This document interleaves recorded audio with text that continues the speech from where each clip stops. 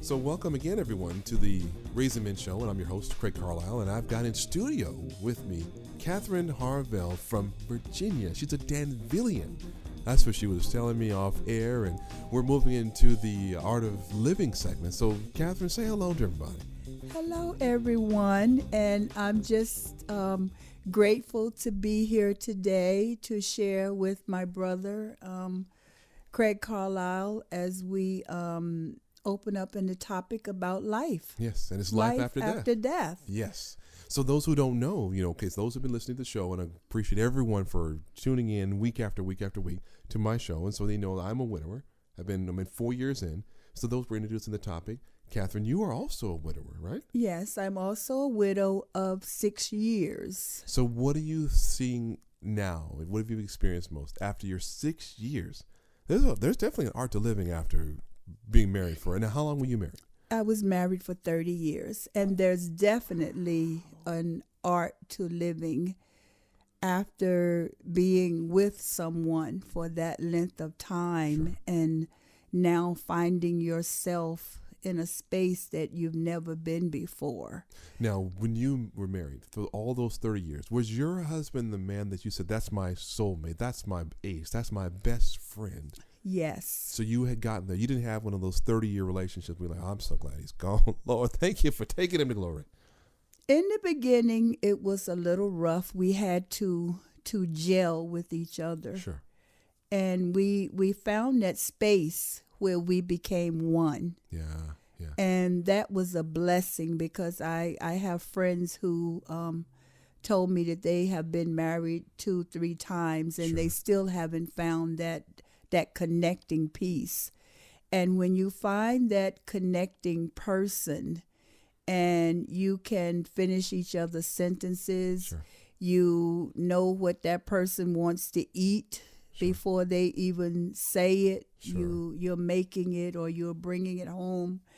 And you find yourself then eating alone, doing things alone, and trying to fit in with even other family members. After they're gone. It becomes a problem. So now, my wife and I had gotten to the point where I could finish her sentences while she was alive. And that was early in our marriage. And that was a problem for us. But when you and your husband got to the point where you have found that niche, that groove where you were in, with that two becoming one and the sentence finishing and you looking like each other, how did you take that? Were you excited? Did you even know that you had gotten to that point? We didn't know we had gotten to that point, but it was exciting. It was exciting. Yeah. Now, what did you find that you did to really foster that? Was it a lot of time you purposefully spent together? Or was it just something you kind of felt to just happen? I think it just happened. Okay. It just happened, and it was natural. It just happened, and we did work at it. Okay. And you do have to work at relationships and marriages. It's constant work. So it's the art to living even in a relationship. You had to make sure you were working. As you guys worked together, did you purposely spend time together? Were there date nights? Were there not date nights? Even when you argued, did you really find that you didn't let the sun go down on that argument? I mean, where were you all with everything? How did you keep that thing together for 30 years? That's older than me. It just seemed like it happened. All of a sudden it was happening. Yeah. It was taking place. And I guess because we both had reached that stage where we were comfortable with each other. Now, let me ask you, that's a good point, because we were talking off air about our points of insecurity. Now, do you think you all had reached a point of being secure with each other? Or do you think first you came to a point of being secure in who you were and who you were in God, and that allowed you to then to be secure enough in your relationship? It was a place in God. Okay. God was first. Yeah. When we put God first, that was when everything started to fall into place, and we were closer, more Sure. connected. We did things that we knew pleased each other. Sure. That made each other happy, and not to separate and go in a separate way. When we agreed on occasions to disagree. Got it.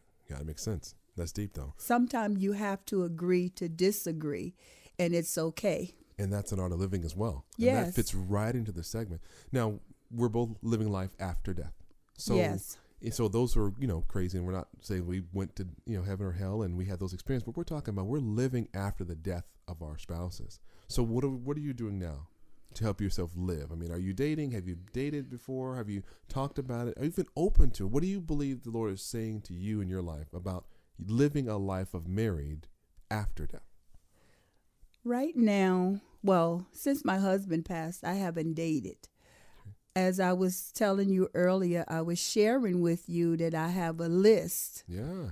And so you're like, as time goes by, that list may have to be readjusted a little bit and looked at again because times are different and my expectations may be a little high. It wouldn't change them, though. I could admit that, I have a sort of high standard that I'm looking for. Sure. But your late husband probably did a great job. He did. He did. The thing with him is he spoiled me. Sure. So a lot. So that's at the top of the list. A lot. Spoiled, right? Well, let me ask you this. So with Eric Tomlinson having been on our show, on the RZNGMEN show earlier, and he was talking about his list. Yes. He put that list together, 42 items. Yes. And his current wife met 40 of the 42. And I'm still trying to wrap my head around that one. I haven't met anyone yet that has met the first 5 things on my list. So that's why I'm saying I probably need to go back and look at that list because now I just passed the 6th year. He passed away February 28th. Okay. So that this past February 28th made 6 years. Right. And I haven't dated. I have been approached. I have been asked out. And right away, I'm like, no, I don't think so. I haven't felt that peace with anyone that I've met yet that I could say that this is someone that I want to go out with.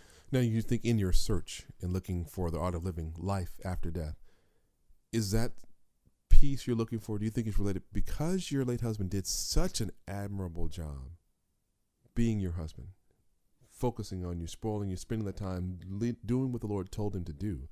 Do you find yourself grading every other man that you meet against him as the standard, or is it the list that you're grading them against as the standard? I think now I'm just grading them against where I am in God. Okay. Because I think even